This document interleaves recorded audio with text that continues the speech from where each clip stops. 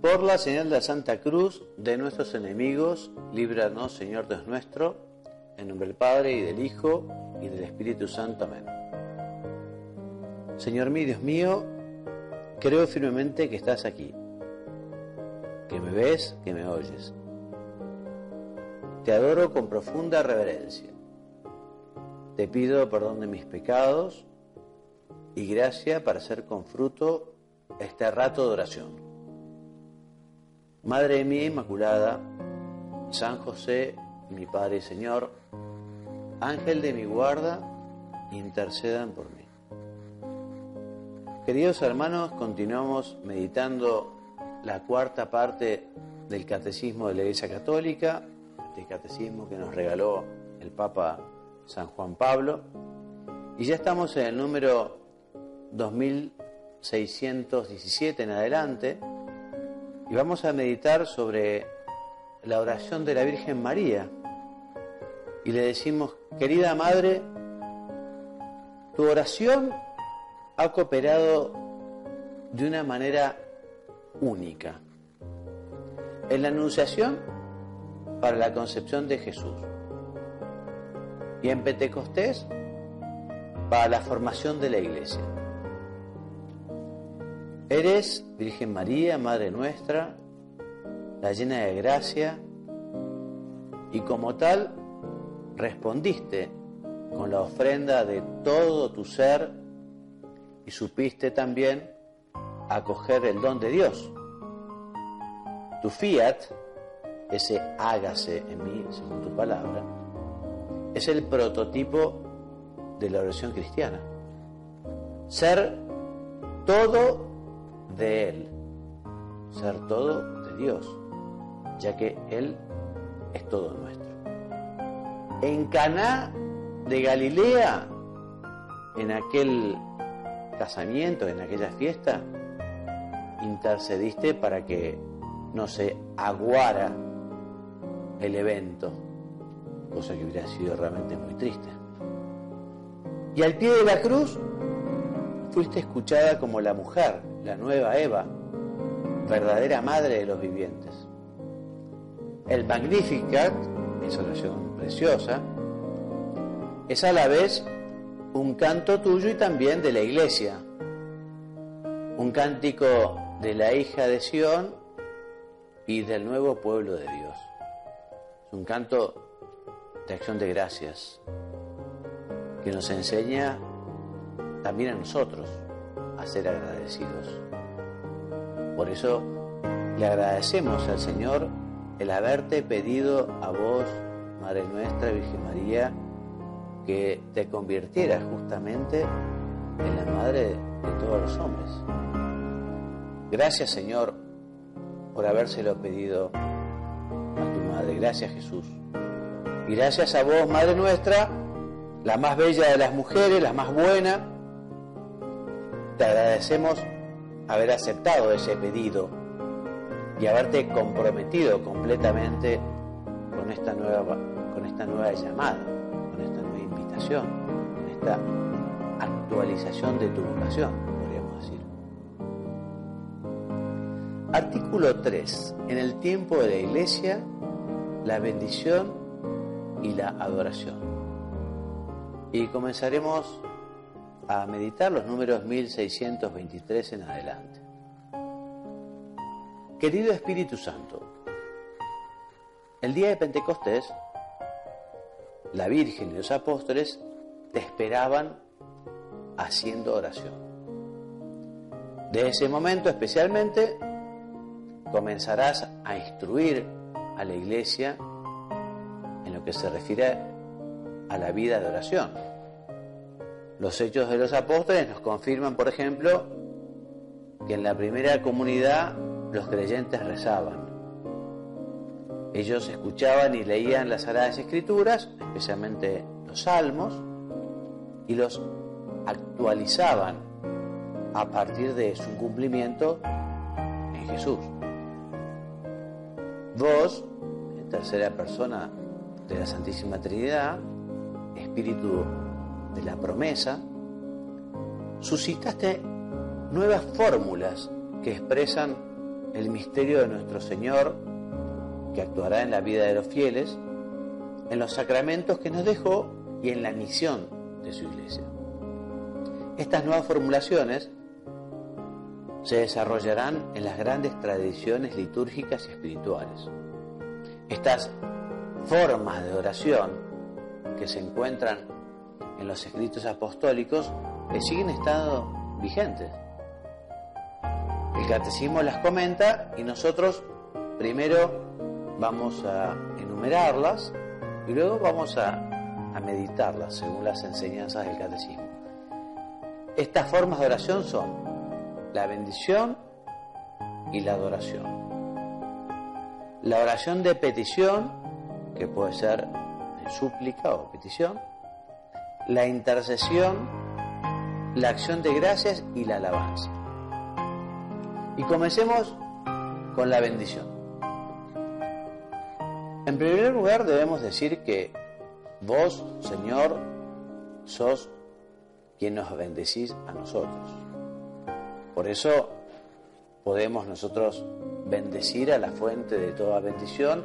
Nosotros bendecimos porque hemos sido bendecidos. La adoración es nuestra primera actitud cuando nos reconocemos criaturas tuyas. Con ella exaltamos tu grandeza creadora y tu omnipotencia salvadora que nos libra del mal. También con ella, con la adoración, te reconocemos como el Rey de la Gloria, como es el Salmo 14. Nos ayuda a ser más humildes y da seguridad a nuestras súplicas. La petición. El Nuevo Testamento habla de oración de súplica con distintas palabras y matices. Habla el Nuevo Testamento de pedir, de reclamar, de llamar con insistencia, invocar, clamar, gritar, e incluso se habla de luchas en la oración. Pero lo más habitual es la petición. Con ella nos manifestamos como criaturas, ya que no somos nuestro propio origen, ni tampoco somos dueños de nuestras adversidades, ni tampoco somos nuestro único fin. La petición nos sirve para volver a vos, Señor, que estás siempre escuchándonos, aunque a veces nos apartamos, aunque somos pecadores.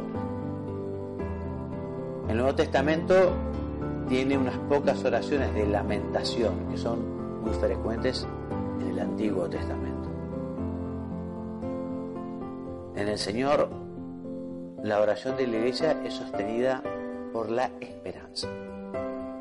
Todavía estamos en la espera y tenemos que convertirnos cada día, pero nuestra petición brota de otras profundidades, como dice la Escritura, de gemidos inefables del propio Espíritu Santo, que viene en ayuda de nuestra naturaleza, pues nosotros no sabemos pedir como conviene, dice San Pablo en los Romanos, el capítulo 8.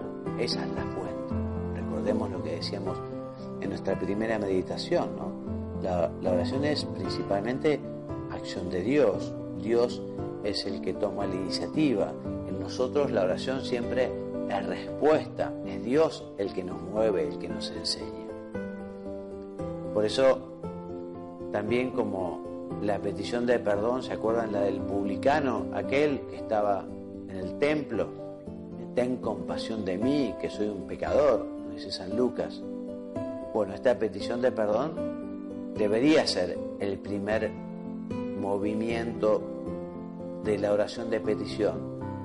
Reconocer a un Dios tan bueno, tan cercano, tan cariñoso, tan benigno, y nosotros en cambio que a veces estamos en nuestras cosas y no le reconocemos y no le queremos y no respondemos a su voluntad. Esta petición de perdón es el comienzo de una oración pura y justa, ya que también en la humildad nos une al Señor.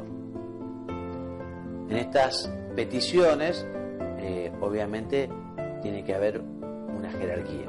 Primero, el reino, luego todo lo que es necesario para acogerlo y cooperar a su venida en la tierra. Esta cooperación ha de ser el objeto de la oración de todos los fieles. La oración de San Pablo nos da un buen ejemplo de cómo hay que rezar por todas las iglesias. Al orar, lo sabemos, todo bautizado trabaja por la venida del reino. Señor, sabemos que toda necesidad, por otro lado, puede convertirse en objeto de oración. No solo rezamos por la venida del reino, rezamos también por otras muchas cosas y pedimos también otras muchas cosas, ¿no? San Pablo y el apóstol Santiago, por ejemplo, nos exhortan a orar en toda ocasión, en todos los motivos, en toda oportunidad. Con la oración de intercesión y la acción de gracias, número 12, 2634 y siguientes. Nosotros sabemos que toda necesidad lícita puede convertirse en objeto de petición. O sea, podemos pedir todo lo que sea bueno y conveniente. Por otro lado, Santiago y Pablo nos exhortan, como decíamos, a orar en toda ocasión. Cuando nosotros pedimos por otro, esto es interceder. Interceder es pedir por otros, pedir para otros. Bueno, estamos imitando. Te estamos imitando a vos, Señor, porque vos, Señor, sos el único intercesor ante el Padre. También el Espíritu Santo, es justo decirle, intercede por nosotros, como dice San Pablo también en el capítulo 8 de su carta a los Romanos. Él, San Pablo, nos recuerda que cuando intercedemos no buscamos nuestro propio interés, sino el interés de los demás. Así, siguiendo tu ejemplo, Señor, y también el de San Esteban, tenemos que rogar incluso por los que nos hacen mal. También por aquellos que rechazan tu evangelio, Señor, que rechazan tu mensaje. La oración de acción de gracias de los miembros del cuerpo participan de la tuya, Señor, que sos nuestra cabeza. La iglesia es un cuerpo místico, la cabeza es Cristo, nosotros somos miembros, y cuando efectivamente oramos de esta manera, en la acción de gracias, estamos participando de la acción de gracias de Jesucristo. Todo acontecimiento y toda necesidad puede convertirse en acción de gracias. Y podemos decir que es la oración más linda y la oración más justa, ¿no? Tanto para agradecer la vida, la gracia, la salud, los padres que tenemos, la familia, el país, los amigos, y tantas cosas para agradecer, ¿no? Las epístolas de San Pablo comienzan y terminan frecuentemente con acciones de gracias. Y el Señor Jesús siempre está presente en ella. Por ejemplo, en la carta de los tesalonicenses, dad gracias, pues esto es lo que Dios en Cristo Jesús quiere de vosotros. Bueno, y pensemos, ¿cómo andamos de gratitud? ¿Cuánto le estamos agradeciendo a Dios? ¿Cómo es nuestro reconocimiento? Porque lo que no podemos hacer es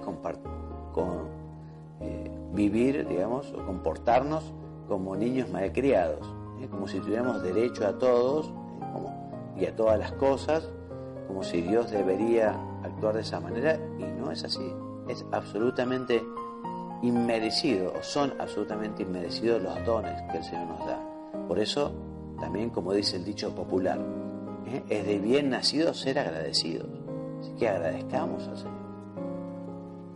También es bueno recordar que en la Eucaristía la Iglesia manifiesta su acción de gracias y se convierte en lo que ella es. Nosotros también estamos llamados, ¿no?, a ser Eucaristía, a ser Cristo. Cristo que se ofrece, Cristo que se da, y nosotros que nos convertimos en Cristo en la Eucaristía. Bueno, la oración de alabanza, número 2639 del Catecismo en adelante. Alabarte, Señor, es reconocerte como quien sos, Dios, el Creador, el Todopoderoso. Por eso te alabamos por vos mismo, te damos gracias, te damos gloria, no solo por lo que haces, sino fundamentalmente por lo que sos. Con la alabanza, el Espíritu se une a nuestro espíritu para dar testimonio de que somos hijos de Dios. La alabanza da testimonio tuyo, Señor, en que somos adoptados y por quien glorificamos al Padre. Esta alabanza integra las otras formas de oración y la lleva hacia su fuente y término. Un solo Dios, el Padre, del cual proceden todas las cosas y por el cual somos nosotros. El Nuevo Testamento nos regala muchos ejemplos de oración de alabanza. San Lucas en su Evangelio manifiesta con frecuencia admiración y alabanza ante tus maravillas, Señor. Los Hechos de los Apóstoles testimonian cómo la muchedumbre glorificaba a Dios, cómo la comunidad de Jerusalén, ¿no?, lo hacía, aquel tullido que fue curado por San Pedro y San Juan, también aquellos gentiles de Pisidia que se alegraron y se pusieron a glorificar la palabra del Señor, nos cuenta los Hechos de los Apóstoles. San Pablo nos dice: recitad entre vosotros salmos, himnos y cánticos inspirados, cantad y salmodiad en vuestro corazón al Señor. A los cristianos de Éfeso se los dice, y también a los colosenses. Los primeros cristianos releen los salmos del Salterio, los salmos, ¿no?, de ese tesoro precioso del Antiguo Testamento que nos deja el rey David, pero los releen en clave cristológica, encontrando así también un nuevo sentido.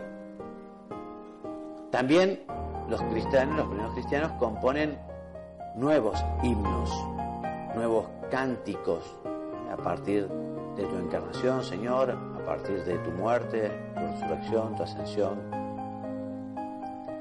También podemos decir que el Apocalipsis está sostenido por los cánticos de la liturgia celestial y por la intercesión de los mártires.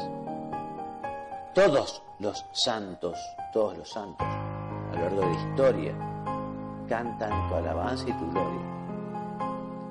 Y en comunión con ellos, también nosotros, hoy, de un modo especial y particular, porque estamos meditando sobre este tema, también queremos, Señor, cantar nuestros cánticos en la fe.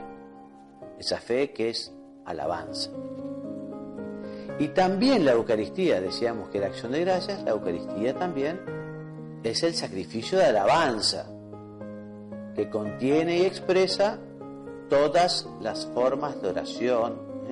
La Eucaristía es la ofrenda pura de todo el cuerpo de Cristo a la gloria de su nombre. Bueno, y pasemos ya al capítulo segundo, que se titula La tradición de la oración. El artículo primero se refiere a las fuentes de la oración. Vamos a hablar de la palabra, de la liturgia, de las virtudes y del hoy. Y ya el número 2650 nos cuenta cómo la Iglesia nos enseña a orar. Y nos dice el Catecismo que la oración no se reduce al brote espontáneo de un impulso. Para orar es necesario aprender a orar. Y también es necesario querer orar. El Espíritu Santo, en la tradición de su Iglesia, nos enseña a orar. El Espíritu Santo es el agua viva que en el corazón del que reza brota para la vida eterna. Y Él es quien nos enseña a recogerla de la misma fuente, que es el Señor, que es Jesús, que sos vos, Señor. En nuestra vida hay manantiales donde Dios nos espera para darnos a beber el Espíritu Santo. Tu Iglesia, Señor, nos recomienda insistentemente que nos aboquemos a la lectura asidua de la Escritura para adquirir así tu ciencia suprema. Un padre espiritual que no sé si conocerán, llamado Guido el Cartujano, recomienda, dice el Catecismo, buscad leyendo y encontraréis meditando. Llamad orando y se os abrirá por la contemplación. Es que es realmente muy oportuno meditar la Sagrada Escritura, especialmente los Evangelios, ¿no? Y utilizar la imaginación, como decía San José María Escrivá, tratar de ser un personaje más en lo que ocurre allí en la vida de Jesús, tratando de reaccionar como reaccionaron quienes allí estaban, ¿no? Y contemplando y deleitándonos en la palabra del Señor, poniendo la cabeza, poniendo el corazón. La oración también, además de la Escritura, debe interiorizarse y asimilar la liturgia durante su celebración y también después. Y así el corazón se va convirtiendo en un altar para el sacrificio, para la alabanza, para la adoración. En la oración, como en la liturgia, entramos por la fe. Justamente el Espíritu Santo nos enseña a celebrar la liturgia esperando tu retorno, Jesús. También los salmos alimentan nuestra esperanza. Dice el Salmo 40, en el Señor puse toda mi esperanza. Y Romanos 5, la esperanza de que no falla. O sea, el amor a vos, Señor, es la fuente de la oración. El que bebe de ella alcanza su cumbre, y por eso llenémonos de fe y busquemos ese manantial de agua pura, de agua viva. San Juan María de Vianney, el cura de Ars, escribía en su oración, decía: te amo, Dios mío, y mi único deseo es amarte hasta el último suspiro de mi vida. Te amo, Dios mío, infinitamente amable, y prefiero morir amándote a vivir sin amarte. Te amo, Señor, y la única gracia que te pido es amarte eternamente. Dios mío, si mi lengua no puede decir en todos los momentos que te amo, quiero que mi corazón te lo repita cada vez que respiro. Preciosa la oración de Juan María Vianney, la hacemos propia, ¿no? Y ojalá consigamos eso, aprender a orar escuchando la palabra de Dios. Ojalá aprendamos a orar participando de la misa, del misterio pascual, de la liturgia. Pero también podemos orar en todo tiempo, y todos los acontecimientos del día pueden ser temas de oración. Todos los temas de nuestra vida nos tienen que llevar a Dios. Por eso decimos que es justo y bueno orar para que la venida del reino de justicia y paz influya en la historia. Pero también es importante impregnar la oración de humildes situaciones cotidianas. O sea que uno de los secretos que revelaste a los pequeños, Señor, es que podamos orar en los acontecimientos de cada día y de cada instante. Artículo 2. El camino de la oración al Padre, al Hijo y al Espíritu Santo. Y comencemos recordando cómo actúa el Espíritu, que es el número 2663 en adelante, ¿no? Sabemos que a lo largo de la historia, la tradición de la oración en la Iglesia ha ido proponiendo a sus hijos un lenguaje para orar, un lenguaje en palabras, en melodías, en gestos, la misma iconografía, la pintura. Y el magisterio ha ido orientando a los fieles para que puedan discernir esos caminos de oración, esos caminos para la comunicación con Dios. En este sentido también se puede hacer un paréntesis y recordar aquella carta de la Congregación de la Doctrina de la Fe a los obispos sobre la meditación cristiana, un documento de octubre del año 1989, que entre otras cosas explica que no son cristianos los métodos inspirados en el hinduismo y en el budismo, como el zen, la meditación trascendental y el yoga. O sea, no hay camino de oración cristiana que no pase por Jesús. Sea comunitaria o personal, sea vocal o mental, es una unión con una persona que vive. Estos métodos del hinduismo es la comunicación con la nada, con el no ser, es una abstracción. Nosotros tratamos la humanidad santísima de Jesucristo. Es el camino por el que el Espíritu Santo nos enseña a orar al Padre. O sea que esa oración de la Iglesia, ya lo hemos dicho, se alimenta de la palabra y de la liturgia, y también nos sirve para rezar tu nombre Jesús, que contiene todo. Queremos invocarlo siempre desde nuestro corazón. La invocación de tu nombre es el camino más sencillo para la oración continua, aquella oración continua. No sé si leíste aquel clásico de la literatura cristiana oriental, ¿no?, de autor anónimo, aquel que buscaba la oración continua, ¿no?, y el peregrino ruso, como buscaba la oración continua a través justamente de la invocación de tu nombre, diciendo justamente: Señor, Hijo de Dios, ten piedad de mí.